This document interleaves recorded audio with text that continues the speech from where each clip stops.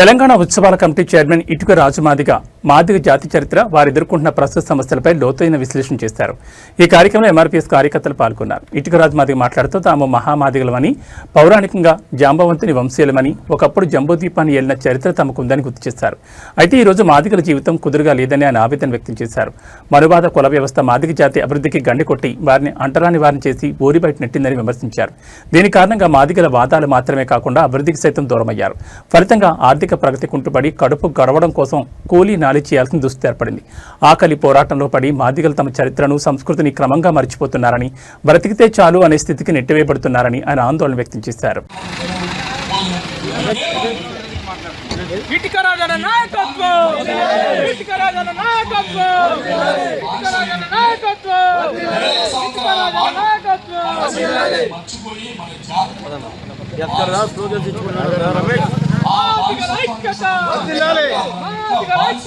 తన తల్లిదండ్రులను జాగ్రత్త చూసుకోమని చెప్తారు.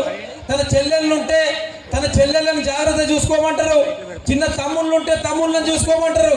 కానీ ఎంఆర్పిఎస్ లో పనిచేసిన దండోర ఉద్యమ నాయకులు చనిపోయేటప్పుడు మాత్రం వర్గీకరణ చూడలేకుండా చనిపోతున్నామని చెప్పి ఏడుస్తూ కళ్ళు మూసిన ముగ్గురు నాయకులు మన కళ్ళ ముందు ఉన్నారు ఈరోజు.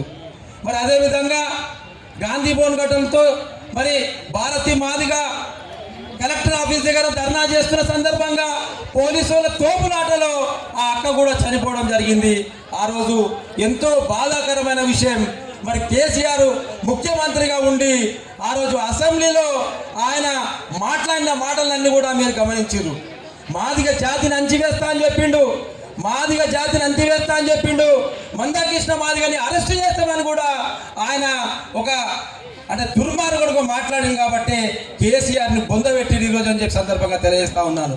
మరి మనం ఐక్యత కావాలి, ఐక్యత అయితేనే మనం ముందుకెళ్తాం, ఐక్యతతోనే అన్ని సాధిస్తామని చెప్పి మొత్తం కూడా చూసింది ఆ తీర్పు. 7 మందితో కూడిన ధర్మాసనము ఎస్సీ వర్గీకరణ ఏబిసి చేసుకోవచ్చు అని చెప్పి ఇస్తూ మరి 6 మంది జడ్జిలు మనకు అనుకూలంగా చెప్తే ఒక జడ్జి మాత్రం నిరాకరించిండు.